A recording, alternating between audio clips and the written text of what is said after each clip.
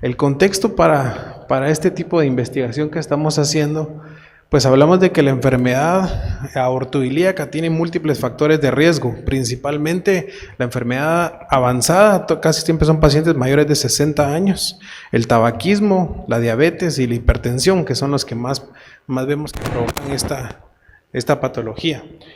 Es muy común que nosotros tratemos enfermedades como la enfermedad patológica obstructiva ateromatosa, que básicamente es estenosis aortoilíaca o síndrome de Leriche, que también se le conoce, la degeneración aneurismática y patología en aorta infrarrenal e inclusive suprarrenal, y el síndrome aórtico agudo, que es lo que les muestro en esta imagen.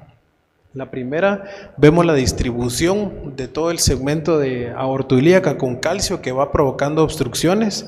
Esto puede manifestarse en los pacientes tan sencillo como unas pequeñas úlceras o tan grave como una trombosis aórtica pura. También tenemos la degeneración aneurismática, pues es un proceso en el cual las paredes se dilatan, ya no pueden tolerar la misma presión todo el tiempo y eventualmente pues pueden reventarse y provocar una hemorragia masiva y muerte del paciente. Y el síndrome aórtico agudo, que son 3 tipos de patología clínicamente indiferenciables. La primera es la disección aórtica, en la cual un segmento del endotelio pierde la continuidad y el flujo de sangre atraviesa en ese espacio, provocando una obstrucción de la luz verdadera que puede llegar a provocar isquemia del paciente distal a la obstrucción o puede provocar una hemorragia exsanguinante. También tenemos fenómenos en los cuales no hay pérdida de la continuidad, pero por torsión y extensión se forma un hematoma dentro de la estructura aórtica y puede provocar el mismo fenómeno, o cuando una placa de ateroma se levanta, se expone el endotelio por debajo de ella y se provoca un hematoma de la misma manera. Algo que sí sabemos, y la literatura lo ha demostrado, es que cuando se forman centros de referencia y equipos de trabajo altamente especializados, las tasas de morbimortalidad transoperatoria a 30 días, a largo plazo, las permeabilidades, el gasto de recursos, la calidad de vida del paciente van mejorando. Estos centros de referencia tienen que tener unas ciertas características. Entre unas de ellas, pues es que la gente que esté interactuando en estos equipos tiene que estar entrenada en cirugía abierta o convencional y cirugía endovascular. Otro aspecto importante a tomar en cuenta es que tenemos que tener disponibilidad 24/7 porque estas enfermedades no avisan.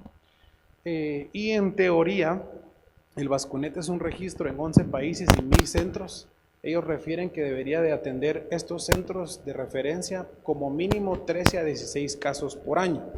Ellos mismos revelan que es menos del 25% de sus centros llegan a alcanzar esta estadística. Aún así, las guías recomiendan que cuando uno trata este tipo de patologías, se haga en centros que tratan por lo menos 30 casos al año. Para las técnicas de reparación tenemos 2 principales. La primera es la técnica abierta, en la cual hacemos la exposición y control vascular proximal y distal y hacemos una reparación con un sustituto de protésico para los pacientes. La otra técnica es hacerlo endovascularmente, es lo que se conoce como cirugía mínima invasiva. A través de 2 punciones femorales utilizamos una endoprótesis. Algo importante de destacar es que ambos tratamientos ya contamos con ellos en Guatemala. Antes utilizábamos solo las placas, ahora ya utilizamos tecnología de reconstrucción 3D para identificar perfectamente la anatomía, las relaciones, la extensión de la lesión, los tamaños de las lesiones, planificar el material que vamos a utilizar y con esto pues dar tratamiento a resonancia magnética donde se muestra la obstrucción de la aorta justo por debajo de las renales. Y ese paciente pues decidimos meterlo a sala de operaciones, son unas lesiones demasiado extensas. Y transoperatoriamente lo que ustedes pueden ver ahí es la intrínseca relación con la vena cava y la aorta con su bifurcación. La intención pues es llevar al paciente de este tipo de lesiones a una reconstrucción utilizando injertos bifurcados de Dacron.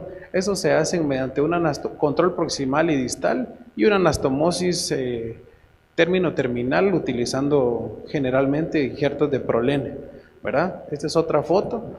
Lo que nosotros llevamos al paciente es de llevar la lesión que tenía, resecar todo el segmento y buscar la revascularización distal a nivel de las ilíacas o de las femorales, según sea la necesidad del caso. Aquí podemos ver el injerto ya en posición y funcional. ¿Cuáles son los resultados de nuestro estudio al primer año de tratamiento? Logramos operar 22 pacientes en un año. De esos pacientes, el 76% era de género masculino. La gran mayoría de ellos, o en promedio tenemos pacientes de 60 años, pero el espectro es entre los 22 y los 82 años de edad. La gran mayoría de cirugías que realizamos fueron electivas, el 73% de los casos. Y algo importante destacar es que estos pacientes generalmente son pacientes con múltiples comorbilidades y comorbilidades graves como hipertensiones en crisis hipertensivas que provocaron la disección, o pacientes con cardiopatías, antecedentes de infarto o que vengan en franca hemorragia por las lesiones. El 60% de los pacientes en esta muestra nuestra fueron fumadores.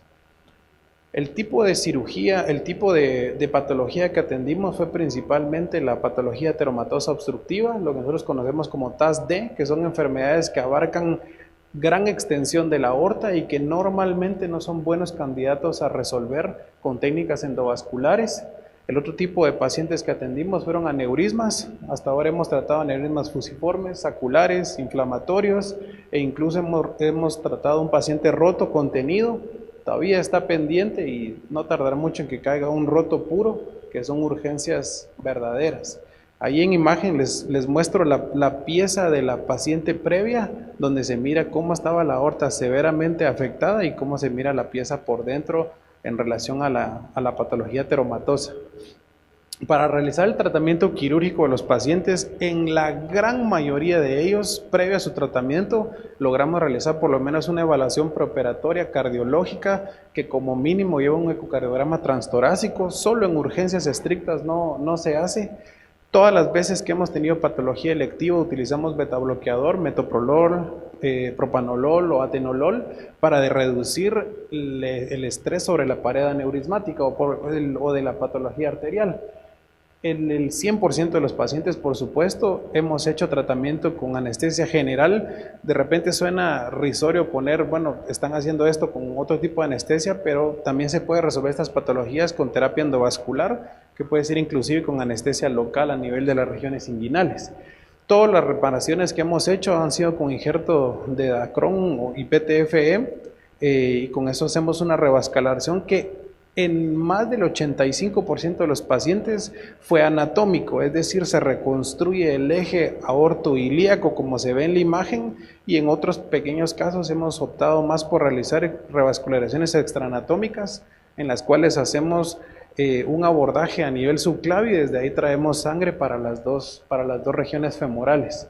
Nuestras pérdidas sanguíneas en promedio son cercanas a 1 litro, que es bastante usual, pero puede ser tan bajo como 150 cc o tan catastrófico como 4500, que fue un paciente que nos falleció en sala de operaciones porque tenía un aneurisma inflamatorio y durante la disección provocamos una lesión de la ilíaca. En 30 segundos habíamos perdido 2 litros de sangre. Cuando lo logramos controlar y digamos recuperar hemodinámicamente, presentó una taquicardia y ya no pudimos sacar al paciente de ese escenario. Como ven, pues sí hay bastante riesgo de sangrado, entonces más del 90% recibe transfusiones de entre 2 y 3 unidades de células empacadas, que en promedio son 489 cc por paciente. Nuestros resultados posoperatorios nos tienen bastante contentos. 1/3 de los pacientes se nos complican, principalmente de una insuficiencia renal aguda que es transitoria, de las 48 a 72 horas ya está resuelta.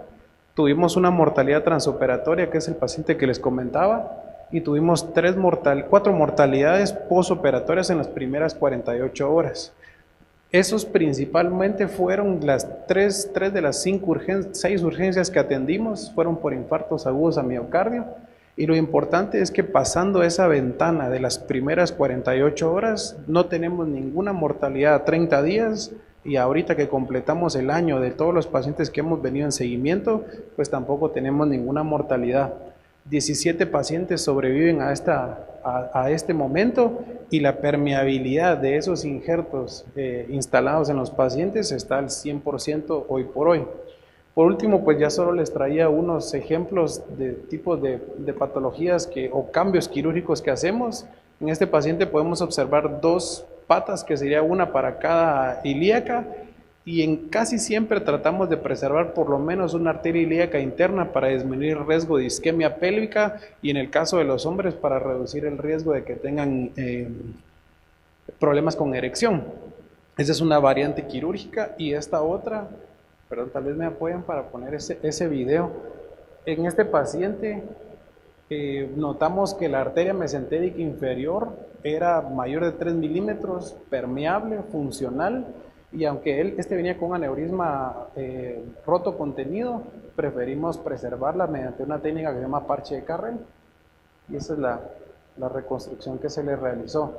Esta otra paciente, que fue la primera tomografía que les mostré, lo relevante es que es una chica de 22 años, que le realizaron un procedimiento lumbar y con la instrumentación se les fue el tornillo y atravesaron la ilíaca, la arteria ilíaca izquierda y la vena ilíaca derecha y provocaron una fístula. La paciente hace ejercicio y notaba que estaba muy fatigada. Al hacerle un ecocardiograma notaron que estaba bastante sobrecargada, identificaron un tril en cava y fuimos a parar con este diagnóstico. Algo que destacamos mucho es, me apoyan con ese video por favor, es cómo una buena planificación tomográfica casi que nos da una idea muy cercana a cómo se va a ver en la vida real la reparación del paciente. En este caso la lesión se encontraba en esta zona específicamente y aquí fuimos a hacer el clampeo que ustedes ven en esta parte del video. Solo cerramos el orificio y por eso es de que no tenemos un 100% de reparaciones con PTFE, porque esta paciente la decidimos reparar con sus propios tejidos por la edad que tiene, 22 años. Esto era lo que queríamos presentar. Y por último ya nos tocó también inclusive tratar a un familiar de médico que presentó una disección aórtica. Aquí en la imagen podemos ver una luz con una sombra partida en medio. La sombra, la luz pequeña, esa es la luz verdadera.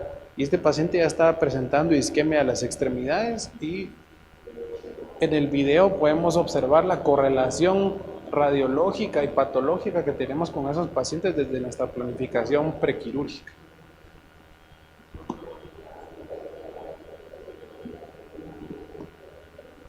Así es como se presentaba este paciente y la reparación es la que se ve a continuación con el injerto de Dacron corrugado para hacer la reparación.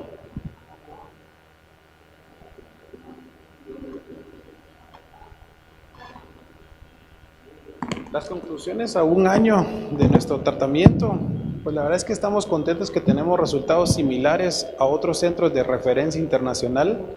Hoy por hoy no tenemos ningún recurso esencial para realizar el tratamiento de estas patologías, sin embargo hay ciertas limitantes. La primera es que requerimos de una mejor evaluación preoperatoria, idealmente por un equipo de cardiología, aunque sí contamos con cardioanestesiólogo y cardiointensivista, todavía somos un poco débiles en la preoperatoria. Sería ideal que contáramos con un procurador celular o un cell saver para que ese sangrado que tenemos pudiéramos al mismo paciente devolverle su sangre. Y pues no es lo mismo un intensivo general que un intensivo de patología cardiovascular. El manejo es bastante diferente y tal vez de repente es una de las áreas donde fallamos un poco en nuestros posoperatorios que fallecieron. Gracias.